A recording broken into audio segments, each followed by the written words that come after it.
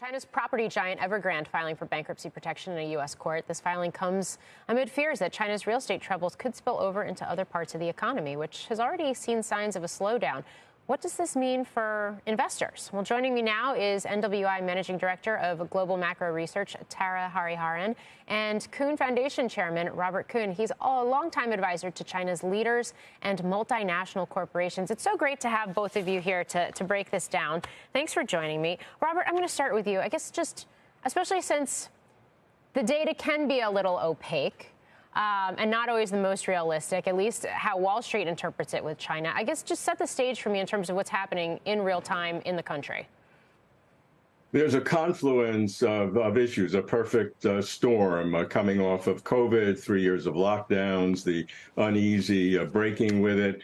Consumer confidence is very low. And then all of the issues having to do with real estate. What we see in the property giants, Evergrande, Country Garden, the trust companies. China has a long history of shadow banking in one form or another, with wealth management products being managed in trust funds. I think there's something close to $3 trillion in trust accounts in China, and a healthy percentage of that is exposed to real estate. Real estate is also important because it has been the traditional funding for local governments, which have been under tremendous stress, and there's great amount of debt, which we've heard about building up, independent of all these other issues. So you have everything coming together now. Real estate is key, and consumer confidence.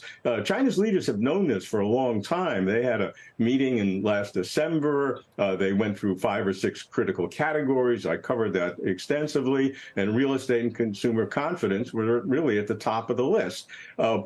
It's important to note that China's leaders economically are very competent people. They always have been. The difference now is that there is political stability of a kind that we've not seen in our lifetime. Now, some people might think that's not good because they all the people are related to Xi Jinping. I take a contrarian position. These people are Li Qiang, the premier, ran Shanghai, Jiangsu, he was governor of Zhejiang province. Altogether, you put the GDPs, that would be like the 5th largest country in the world. Very sensitive to entrepreneurship, working with foreign businesses. So you have a very competent team, but they have their work cut out for them. We can discuss the details. Okay.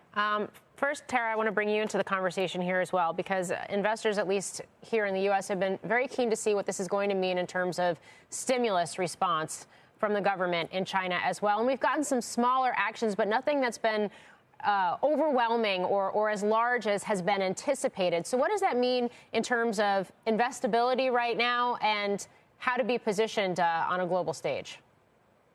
Thank you so much, Morgan. And I think Robert summed up the issues in China very beautifully.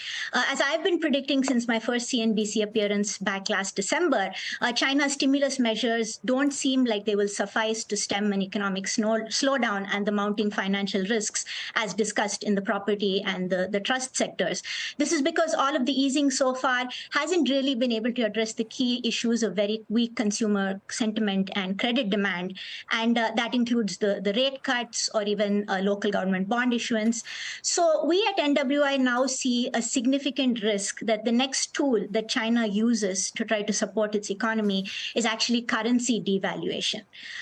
In 2015, they engineered a large depreciation of the yuan, and they could do it again, basically to achieve 2 things. First of all, to get more export competitiveness. They're already competing against a very weak Japanese yen. And also, they could just do it to try to increase inflation at a time when the CPI in China has gone deflationary. So we, for instance, are positioned by trading short the CNH, the offshore Chinese currency. This trade is also supported by the fact that the realities of U.S.-China geopolitical tensions and also the growth in interest rate differentials mean that there are very wide yield gaps between the U.S. and China. And these are all reasons why the Chinese currency should continue to depreciate. We also think that it's perfectly possible that China chooses no longer to intervene to support the currency and basically use up FX reserves, but instead that they try this bazooka by basically trying to devaluate.